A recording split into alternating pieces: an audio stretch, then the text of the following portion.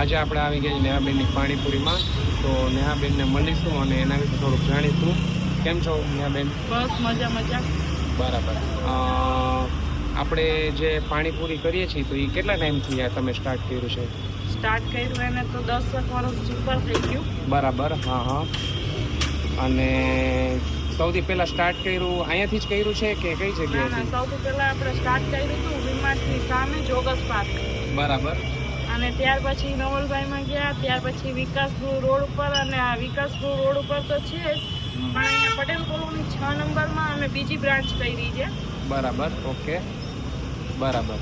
અને આપણે અત્યારે જામનગરમાં કેટલી બ્રાન્ચ છે? 2 છે. 2 જામનગરમાં 2 બ્રાન્ચ છે. જામનગરમાં આપણી 2 બ્રાન્ચ. બરાબર. અને પાણીપુરી સિવાય આપણે બીજું શું શું રાખીએ છીએ? પાણીપુરી સિવાય આપણે ઘણું બધું રાખીએ છીએ. દહીંપુરી, સેવપુરી, ચીઝ મસાલા પૂરી, ચીઝ સેવપુરી, સાદી મસાલા પૂરી, અને રગડાવાળી પાણીપુરી રાખીએ છીએ. અલગ અલગ ફ્લેવરવાળી પાણીપુરી રાખીએ છીએ. બરાબર. અને ટાઈમિંગ શું હોય છે આપણો?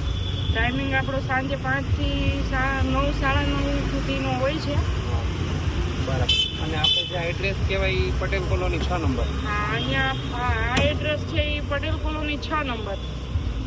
અને પેલું છે એ રોડ ઉપર છે? હા, વિકાસ ગૃહ મેઇન રોડ, ડૉક્ટર શાહના બંગલાની સામેની સાઈડ છે. બરાબર. અને તમે આ સ્ટાર્ટ કર્યું ત્યારે એકદમ નાને પાયાથી કર્યું હતું કે કેવી રીતે કર્યું હતું? સ્ટાર્ટ કર્યું, હા, મેં જ્યારે સ્ટાર્ટ કર્યું હતું ત્યારે સાવ એક નાના ટેબલ ઉપરથી બધું ઘરનું સામાન લઈને જ બધું સ્ટાર્ટ કર્યું હતું.